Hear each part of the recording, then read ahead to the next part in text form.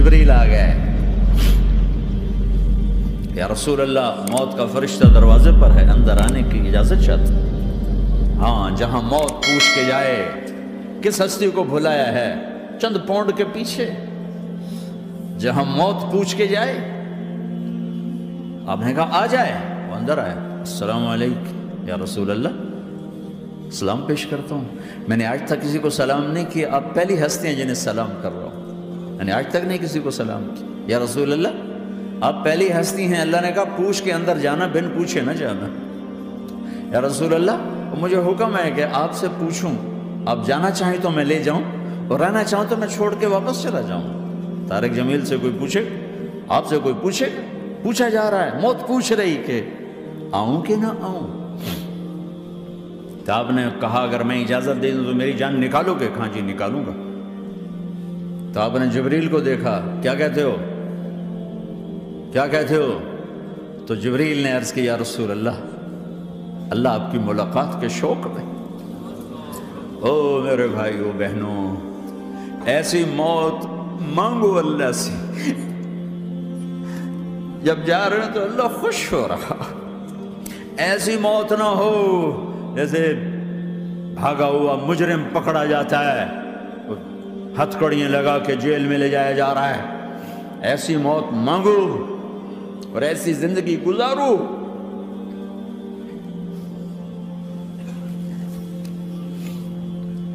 موت ہمارے لیے راحت ہے، اللہ خوش ہو رہا۔ جب سعد بن معاذ کا انتقال ہوا تو آپ نے فرمایا، میرے نبی نے فرمایا، سعد بن معاذ بڑے صحابہ میں ہیں، میرے نبی نے فرمایا کہ آج اللہ کا عرش خوشی سے جھوم اٹھا ہے، چونکہ وہاں تو جا رہے ہیں نا، یہاں سے نکلنا ہے، وہاں تو پہنچنا ہے، وہاں تو خوشی ہے، یہاں غم ہے۔ تو آپ نے کہا، میرے نبی نے فرمایا کہ آج میرے اللہ کا عرش سعد کے پہنچنے پر خوشی میں جھوم اٹھا ہے۔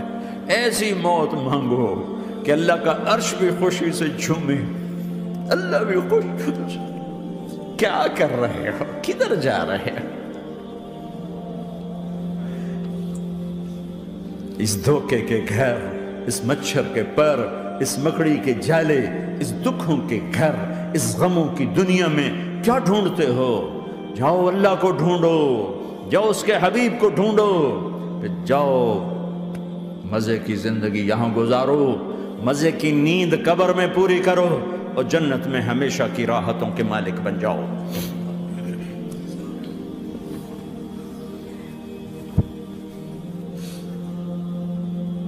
کہ یا رسول اللہ، اللہ ملاقات کے شوق میں ہے۔ تو میرے نبی فرماتے کہ میرے حسنین کا کیا ہوگا؟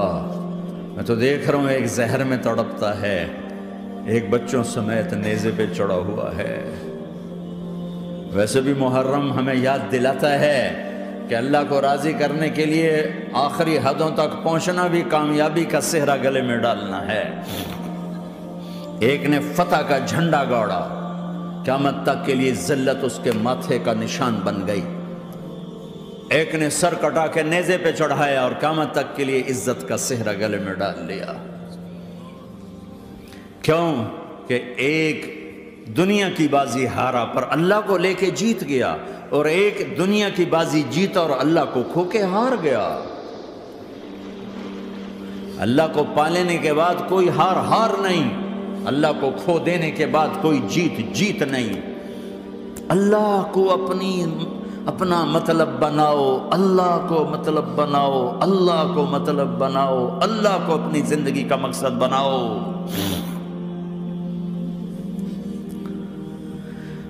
جبریل واپس جاؤ اور اللہ سے پوچھ کے آؤ میرے بعد میری امت کے ساتھ کیا کرے گے؟ واہ یا رسول اللہ۔ ہر کوئی اپنے بچوں کے لیے پریشان ہوتا ہے کہ میرے بچوں کا کیا بنے گا۔ آپ کہہ رہے ہیں میری امت کے ساتھ کیا کرے گا میرا اللہ؟ جاؤ اللہ سے پوچھ کے آؤ، میں پھر جواب دوں گا۔ واپس گئے، جواب آیا کہ اللہ کہہ رہے ہیں کہ ساتھ دوں گا۔ میرے رب کی عزت کی قسم، اور لاکھوں کروڑوں درود و سلام ہوں اس کملی والے پر۔ اگر آپ یہ سوال نہ اٹھاتے آج میں اور تم بھی بندر خنزیر ہوتے۔ بیچ میں وہ حائل ہو گئے، ان کے آنسو، ان کی دعائیں۔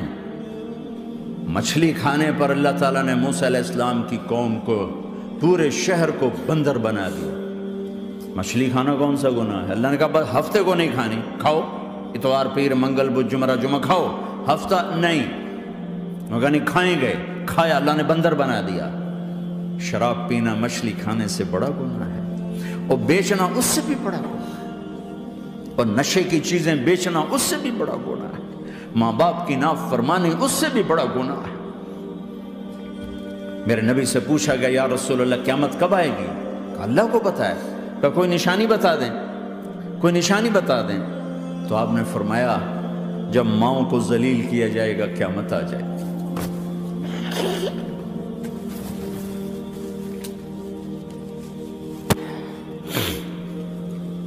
یہ تو اس کی دعائیں ہیں، بیچ میں آ کے کھڑی ہو جاتی ہیں۔ اللہ تعالیٰ نے کسی کو بندر بنایا، کسی کو خنزیر بنایا، کسی کو زمین میں دھسایا، کسی کو پانیوں میں بہایا، کسی کو ہواؤں سے اڑایا، کسی پر آگ کو برسایا، کسی پر بجلیوں کی چمک کو سے ان کو راکھ کیا۔ کب میرے رب نے کیا کچھ نہیں کیا۔ وَكَمْ أَهْلَكْنَا مِنَ الْقُرُونِ مِن بَعْدِ نُوحٍ وَكَفَى بِرَبِّكَ بِذُنُوبِ عِبَادِهِ خَبِيرًا بَصِيرًا۔ کیا کچھ نہیں ہوا ہمارے ساتھ، وہ کیوں نہیں ہوا کہ وہ کملی والے کی دعائیں ہیں، دعائیں ہیں، دعائیں ہیں، رونا دھونا ہے، امتی امتی۔ اچھا چلو یہ تو دنیا ہو گئی، آپ نے یاد رکھا۔ میدان معاشر میں میرے نبی نے فرمایا جب جہنم کو لایا جائے گا اور ایک چیخ مارے گی، کوئی کسی کو یاد نہیں کرے گا، سب بھول جائیں گے۔ ہر ایک کی زبان کے آپ نے مشہور لفظ سنا ہوگا، نفسی نفسی۔ جب جہنم آئے گی تو ایک چیخ مارے گی، اور کئی بلین فرشتے اس کو پکڑ کے لا رہے ہوں گے، اور وہ ان کے ہاتھوں سے نکل رہی ہوگی، اور اس کی آگ کے شعلے اور اس کا دھواں اور اس کی چیخ اور اس کی آواز۔ تو جب وہ قریب آئے گی تو اس کے آواز پر سارے مرد عورت زمین پر گریں گے، اور سب کہیں گے یا رب نفسی نفسی، یا رب نفسی نفسی، یا رب نفسی نفسی۔ یا اللہ میری جان، میری جان، ماں نہیں، ابا نہیں، بیوی نہیں، بچے نہیں، بھائی نہیں، میری جان۔ چلو میں تو آپ عام لوگ ہیں، انبیاء نبی کہیں گے یا اللہ میری جان، ابراہیم خلیل جیسے کہیں گے یا اللہ میں کسی کا سوال نہیں کرتا، باپ کا بھی نہیں کرتا، میری جان۔ اور عیسیٰ علیہ السلام جیسی ہستی کہیں گے یا اللہ میں اپنی ماں مریم کا بھی سوال نہیں کرتا، میری جان، میری جان۔ عیسیٰ علیہ السلام سے لے کر آدم علیہ السلام تک نفسی نفسی، نوح علیہ السلام نفسی نفسی، یحییٰ زکریا باپ بیٹا ہیں لیکن نفسی نفسی، سلیمان داؤد باپ بیٹا ہیں لیکن نفسی نفسی، یوسف یعقوب باپ بیٹا ہیں لیکن نفسی نفسی، یعقوب و اسحاق باپ بیٹا ہیں لیکن نفسی نفسی، اسحاق ابراہیم باپ بیٹا ہیں لیکن نفسی نفسی، اسماعیل ابراہیم باپ بیٹا ہیں لیکن نفسی نفسی۔ یہ نبیوں کا حال ہے، میرا کیا حال ہوگا؟ لیکن اسی ہنگامے میں جب ہر مرد عورت کہے گا نفسی نفسی، ایک آواز ابھرے گی امتی امتی، ایک آواز آئے گی امتی امتی، ایک دکھ بھری، ایک درد بھری آواز آئے گی امتی امتی۔ سننے والے حیران ہوں گے یہ کون ہے، یہ کون ہے جو اپنے آپ کو نہیں مانگ رہا، اپنی امت کو مانگ رہا ہے، یہ کون ہے؟ جب آواز کی طرف نظریں لگیں گی، او یہ تو محمد الرسول اللہ ہے، جھولی پھیلی ہوئی ہے، ہاتھ اٹھے ہوئے ہیں، اے رب میری امت۔ کون سی امت ساری زندگی شراب بیچتے رہے، کون سی امت ساری زندگی ڈرگز بیچتے رہے، کون سی امت ساری زندگی زنا کرتے رہے، کون سی امت ساری زندگی ظلم و ستم کے پہاڑ توڑتے رہے، ساری زندگی جوا کھیلتے رہے۔ آپ تو کہتے دفع ہو جاؤ، میری نظروں سے دور ہو جاؤ، نہ تمہیں میری عزت کا خیال، نہ میری نسل کی قربانیوں کا خیال، میرے معصوم بچے نیزوں پہ چڑھ کے اس کے دین کی تم چند پونڈوں پہ کیا ظلم ڈھا کے آئے ہو، دفع ہو جاؤ یا اللہ انہیں جہنم میں ڈال، یہ کہنے کا موقع تھا۔ میں قربان جاؤں اس نبی رحمت پر، اس کامل اکمل نبی پر، اس ہادی رہبر پر میں کہاں سے الفاظ لوں ان کی تعریف کے لیے۔ دو ہستیوں کا حق نہیں ادا کیا جا سکتا، ایک اللہ، ایک اللہ کا رسول۔ ہر ایک کا حق ادا ہو سکتا ہے، اللہ اور اس کے رسول کا حق نہیں ادا ہو سکتا۔ وہ کہتے ہیں یا اللہ ان کو آگ میں ڈال دے۔ انہوں نے نہ مجھے دیکھا، نہ میرا گھر دیکھا، نہ میرے پیٹ پہ پتھر دیکھے، نہ میرا راتوں کو تڑپنا دیکھا، نہ میرا مچلنا رونا دیکھا، نہ احد میں ٹوٹے دانت دیکھے، نہ طائف میں بکھرا خون دیکھا، نہ کربلا میں اولاد کے سر نیزوں پہ چڑھے دیکھے۔ دفعہ دور کر دے میری آنکھوں سے، میں قربان جاؤں اس نبی رحمت پر۔ کہہ رہے ہیں یا اللہ میری امت، یا اللہ میری امت، یا اللہ میری امت، یا اللہ میری امت۔ نہ یہاں بھلایا نہ وہاں بھلایا۔ آپ کے لیے ممبر آئے گا، میرے حبیب بیٹھو، تو آپ کہیں گے اب مجھے خیال آئے گا اگر میں بیٹھا تو یہ مجھے لے کے جنت میں نہ چلا جائے، اور اللہ کہہ رہا بیٹھو تو میں کیا کروں گا؟ میں خود زمین پہ کھڑا رہوں گا، ممبر پہ ہاتھ رکھ دوں گا کہ اللہ تیری مان لی، میں ہاتھ رکھا ہوا ہے، لیکن میں بیٹھوں گا نہیں کہ میں اپنی امت کا آخری حساب کروا کے ہی جاؤں گا، ایسے نہیں جاؤں گا۔ آؤ بھائی، ہمارا نیا سال ہمارا سال تو محرم سے شروع ہوتا ہے، ویسے تو جنوری بھی اللہ کا، محرم بھی اللہ کا، سورج اللہ نے بنایا تو جنوری فروری بھی اللہ کا، اور چاند اللہ نے بنایا تو محرم ربیع الاول بھی اللہ تعالیٰ کا، دونوں ہی اللہ کے ہیں۔ کسی نے یہ لے لیا، کسی نے وہ لے لیا۔ ہم نے چونکہ چاند کا کیلنڈر بنایا تو ہمارا تو اب سال شروع ہو رہا ہے، ہمارا تو نیو ایئر اب ہے، ہمارا نیو ایئر رونے سے شروع ہوتا ہے۔ کیسا اللہ نے نظام بنایا، کسی اور مہینے میں یہ واقعہ ہو جاتا، نہیں سال کے شروع میں یہ واقعہ رکھا ہے کہ ہر ایک کو پتہ چلے کہ ہاں نیا سال خوشی منانے کے لیے نہیں ہوتا، نیا سال آخرت کی تیاری کے لیے ہوتا ہے کہ ایک سال چلا گیا، ایک سال اور زندگی سے نکل گیا، اور بھی جلدی سے اللہ کو راضی کرنے کا کوئی کام کرنے کو، توبہ کرنے کو، اللہ کو راضی کر لیں۔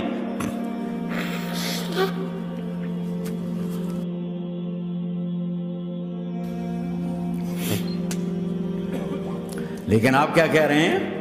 یا رب امتی امتی، یا رب امتی امتی، یا اللہ میری امت، یا اللہ میری امت، یا اللہ میری امت۔ اور ایسی شفقت و محبت آپ کہیں گے یا اللہ یہ میری امت کا حساب میرے حوالے کر، میں لوں گا، تو نہ لے، میں لوں۔ تو اللہ تعالیٰ فرمائیں گے آپ کیوں لینا چاہتے ہیں؟ کہیں گے میں اس لیے لینا چاہتا ہوں کہ ان کے جتنے عیب ثواب ہیں نا وہ کسی کو پتہ نہ چلے، تو میرے سامنے ہی آ جائیں تو ان کو شرمندہ نہ ہونا پڑے، تو میں قربان جاؤں۔ پھر وہ رب محمد ہے، اس نے اپنے حبیب کی لاج رکھنی ہے، وہ کہیں گے میرے محبوب اگر آپ ان کا حساب لیں گے اور آپ ان کے گناہ دیکھیں گے تو پھر ان کو آپ سے تو بڑی شرم آئے گی، نہیں میں آپ کو بھی نہیں دیتا، میں ان کا حساب پردے کے پیچھے لوں گا، کسی کو پتہ نہیں چلنے دوں گا۔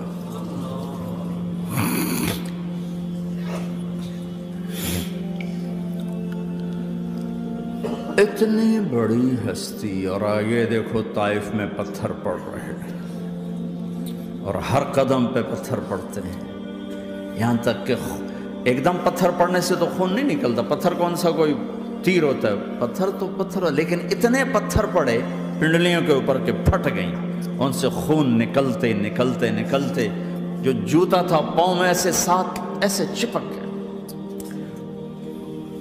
اور ساری کائنات کے دلہا سردار بے ہوش ہو کے گرے۔ وہ آپ کے غلام زید نے نوکر تھے، انہوں نے اٹھایا کندھے پر، بھاگے، پیچھے وہ سر پہ چڑھے ہوئے پتھر مار رہے ہیں، اور آپ جتنا بھاگ سکتے تھے بھاگے، یہاں تک کہ بے ہوش ہو کے گر گئے۔ خون زیادہ نکل گیا تو انہوں نے کندھے پہ اٹھا دوڑ لگائی، اور آگے سامنے باغ تھا، کس کا؟ سب سے بڑے دشمن کا، مکے والے عتبہ بن ربیعہ۔ عتبہ کون ہے؟ یہ جنگ بدر میں جس کے ہاتھ میں جھنڈا تھا، اور جنگ بدر میں قریش مکہ کے لشکر کا جو چیف تھا وہ اس کا باغ۔ لیکن زید کو کوئی پناہ نظر نہیں، وہ باغ میں گھس گئے اور اللہ کے نبی کو ایک انگور کی بیل کے نیچے لٹایا۔ تو جان کا دشمن عتبہ، لیکن جب اللہ کے نبی کو خون و خون دیکھا تو اس کا دل بھی پگھل کے رہ گیا، کہنے لگا ہائے ہائے، طائف والوں نے محمد کے ساتھ کیا کرتا۔ جس پر دشمن کو رحم آیا ہمیں اس پہ رحم نہیں آیا، ہم نے اس کے آنسوں کی کوئی قیمت نہیں لگائی۔ وہ اتنا ایموشنل ہوا کہ جلدی سے گیا اور پلیٹ میں انگور توڑ کے سجائے۔ جب جانے لگا تو پھر شرم اور وہ ایک حجاب درمیان میں آڑے آ گیا، تو اپنے غلام کو بلایا، عداس کا، عداس یہ لے جا وہ جو آدمی زخمی پڑا اسے جا کر کہنا کہ تمہیں رشتہ داری کی قسم میرے انگور رد نہ کرنا، کھا